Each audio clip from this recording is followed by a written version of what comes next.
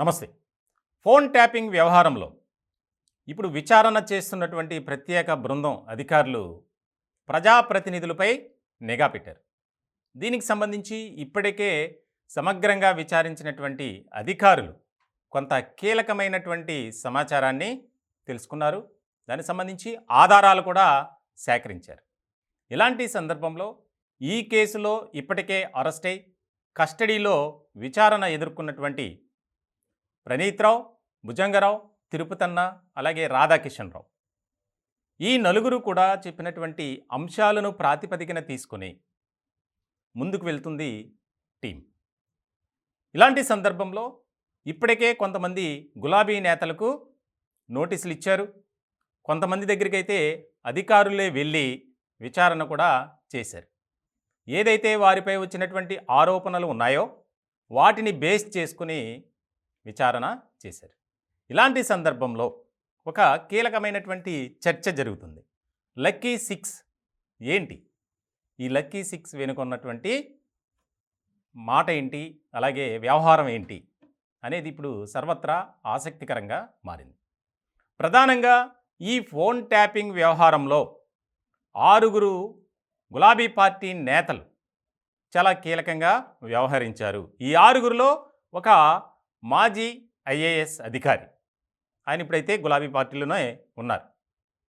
ఇలాంటి సందర్భంలో వారి పాత్ర ఏంటి, ఏ రకమైనటువంటి సపోర్ట్ ఇచ్చారు, వారు చెప్పినటువంటి వివరాల ప్రకారమే ఈ యొక్క ఫోన్ ట్యాపింగ్ బ్యాచ్ ఏదైతే ఉందో వారి కదలికలపై నిఘా పెట్టారు, ప్రధానంగా కాంగ్రెస్ పార్టీ నేతలపై. ఇటువంటి సందర్భంలో లక్కీ సిక్స్ అనే దాని మీద ఊహాగానాలు అయితే జోరుగా వినిపిస్తున్నాయి. ప్రధానంగా ఈ 6లో ఒక మాజీ ఐఏఎస్ అధికారితో పాటు కొంతమంది ఆ పార్టీలో ఉన్నటువంటి కీలక వ్యక్తులు, అలాగే 2 మాజీ మంత్రులు, ఒక ఎమ్మెల్సీ, వీరిని త్వరలోనే అరెస్టు చేసే అవకాశాలు కనిపిస్తున్నాయి అనేది పోలీస్ వర్గాల్లో అలాగే రాజకీయ వర్గాల్లో కూడా ఎక్కువగా వినిపిస్తుంది. ఈ వ్యవహారానికి సంబంధించి చాలా ముఖ్యమైనటువంటి సమాచారాన్ని రాబట్టారు. అలాగే ఈ ఫోన్ ట్యాపింగ్ బ్యాచ్లో ఉన్నటువంటి అధికారులు, ఇంటెలిజెన్స్ కావచ్చు, టాస్క్ ఫోర్స్ కావచ్చు, ఈ 2 విభాగాల నుంచి అధికారులే చాలా కీలకంగా పనిచేశారు.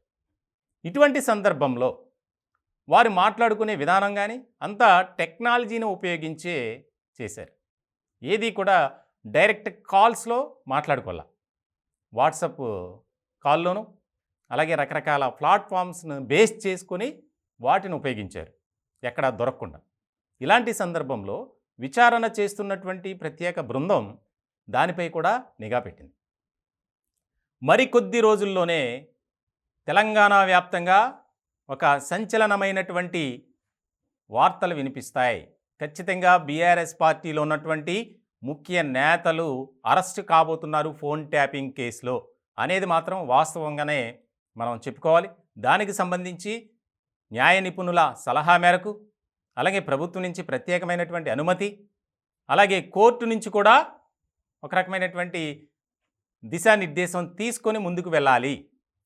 ఎందుకనంటే గత 10 ఏళ్ల పాటు అధికారంలో ఉన్నటువంటి ఆ పార్టీలోని నేతలను అదుపులోకి తీసుకోవాలంటే ఒక రకమైనటువంటి అడ్డంకులు ఉంటాయి. వాటన్నిటినీ తొలగించుకున్న తర్వాతనే ముందుకు వెళ్ళాలి అనే దాని మీద ఫోకస్ పెట్టారు. దీనికి సంబంధించి మరికొద్ది గంటల్లోనే ఈ సూపర్ 6, లక్కీ 6 రకరకాల పేర్లు పెట్టుకొని దీని మీద ప్రచారం జరుగుతుంది. ఇలాంటి సందర్భంలో ఈ కీ రోల్ ఎవరైతే ఉన్నారో వారిని ముందు అదుపులోకి తీసుకోవడానికి ప్రయత్నాలు జరుగుతున్నాయి. ఇలాంటి క్రమంలో రాజకీయంగా కూడా చాలా వేగంగా పరిణామాలు చోటు చేసుకునే అవకాశాలు స్పష్టంగా కనిపిస్తున్నాయి. అలాగే కొంతమంది పోలీస్ అధికారులు కూడా ఈ కేసులో అరెస్టు కాబోతున్నారు అనేది మాత్రం వాస్తవం.